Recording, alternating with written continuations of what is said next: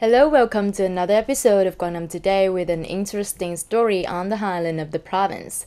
Mentioning about the cultural characteristics of ethnic minorities in the west of Quang Nam, many people will think of the gu house, the traditional common house of the community, or the brocade weaving craft and the tung tung ya ya dance of Ketu people. They are the cultural heritages that are recognized by the Vietnam Heritage Council. However, there are also other idyllic craft villages associated with the daily activities of the ethnic minorities in Trường Sơn majestic jungles that are now quietly preserved by the artisans here. Quang Pottery Village in Asan Commune is one of the villages in Tây Giang Highland, where over 30 Ketu households are living. It isn't known when the pottery village here was officially born, but it's certain that until the 70s and 80s of the 20th century, this village still actively operated and produced various kinds of sophisticated pots, castles, and other housewares. They not only served the daily life of the villagers, but are also considered as the region's typical products that cross the border into Laos. The pottery-making method of Quang people is quite special. The artisans do not use turntables, as in many other places, but completely use their skillful hands to make ceramic products. Whether the creation is beautiful or not depends entirely on the workmanship of the makers. This year, in her 80s, Miss Alang Thivit has learned how to make pottery since she was 7. Despite being born on the mountainous region, Miss Vitt did not know how to do slash and burn farming in her girlhood. She focused only on pottery. Her products were sold in many places and brought her family considerable income. It is interesting to see the over 80-year-old artisan shaping the clay with her feet and clever hands in beautiful technical manipulations. Perhaps the skill of making pottery had been a part of her life, so regardless of the age, the old skinny hands still trippingly turned the clay into an eye-catching vase. Being one of the ancient artisans of the pottery village, Alang Thivit must have a deep passion, love, and enthusiasm for the profession that she can still keep such expertise.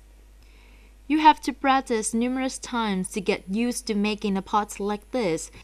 The most elaborate technique that designs the prettiness of the product is when you mold the pot, but it's not very heavy, which means there's not much clay to be used. The shaped products are placed in the shadow of the trees, then covered by banana leaves or other kinds of leaves in the forest for about 2 to 3 days. After being entirely dry, the pots are arranged outside in layers and are burnt with firewood around.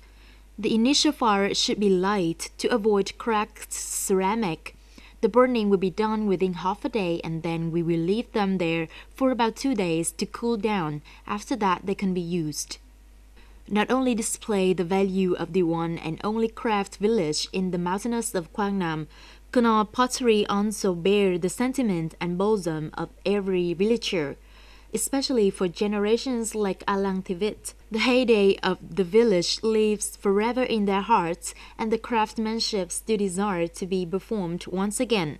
The soul of Quang pottery still lingers with the whole community. Also occurred to citizens who live 100 kilometers apart in Mr. Ngon Ayop in Công Yon village, Dui Commune, Nam Giang district. Although she is over 80 years old, every day she still diligently fertilizes her cotton milpa with traditional seed. This is the main material used in traditional weaving of Ketu people. Mr. Ngon Ayop is famous for the most unique traditional weaving technique of the Ketu that has been handed down to present, thus making the wavy patterns. In order to get the stripes ripple on the brocade fabric, skilled artisans must go through many stages. From the raw fibers of white cotton, these craftsmen would dip them a few times into the water that soaks the rum tree to turn them into blue indigo. After that, they hang the threads onto the drying platform. The next stage is tying ayang leaves a long and thin cut of leaf around a part of the dyed blue fibers, and then continue to dip them all into the dyes to turn the other parts of the fibers into dark black. This is a process that is both highly technical and decisive to the success of textile products with this ripple pattern. When weaving, people arrange the parts of blue indigo adjacent to each other to show a wavy motif on the black background of brocade. Many researchers supposed that ripples are created by using color shooting techniques when dyeing yarns and by the art of arranging and decorating when weaving. Although this pattern is simple and not as prominent as the beading or color thread design, it is very popular and favored by local people because it is natural and rustic with shadowy lines as clouds and waves. My grandparents and parents taught me the technique of dyeing yarn to weave the fabric sheets like this. When you get familiar with it, you just do it naturally. We have to dye the fibers multiple times and must know where to wrap the iron leaves around the fibers so that we can weave them properly. You just need to pay attention a few times, then you can do it. It's not that difficult. Today, while the white bead motifs dominate in the traditional costume of Ketu people, the ripples become rare because only the Ketu craftsmen in Gomyon village of Namyang district still keep the know-how of weaving fabrics with wavy patterns. Moreover, they also maintain the age-old cotton plantation on their society. Therefore, it is indeed necessary to restore these precious stocks of the nation so that the essence of this kind of decoration art won't fade away.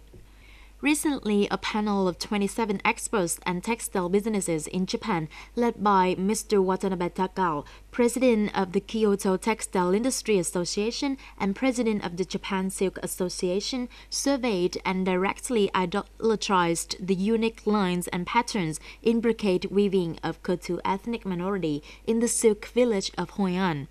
They are very interested and impressed with the brocade weaving of the ethnic people, especially the way they put the beads straight into the thread and weave them into the product rather than sticking or stitching.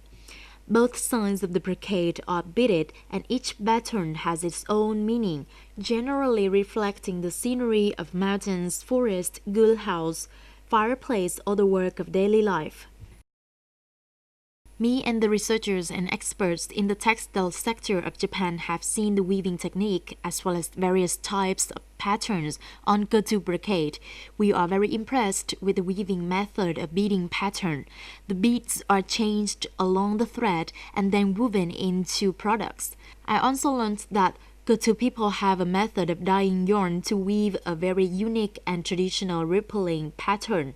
The diversity of patterns, especially the traditional motifs that still exist until today, is a very cherishable thing. Previously, the popular types of bead that Ketu people use is the seeds from arad trees and the pellets casted from lead. However, this kind of seed is unstable, so it is gradually replaced with lead beads. They are fritted from lead in many different ways. One of the ways to create lead beads that people in Gomyon village still maintain until today is melting and pouring fused lead into bamboo tubes. In the middle of the tube, a small stick is placed, making a piercing hole for each bead.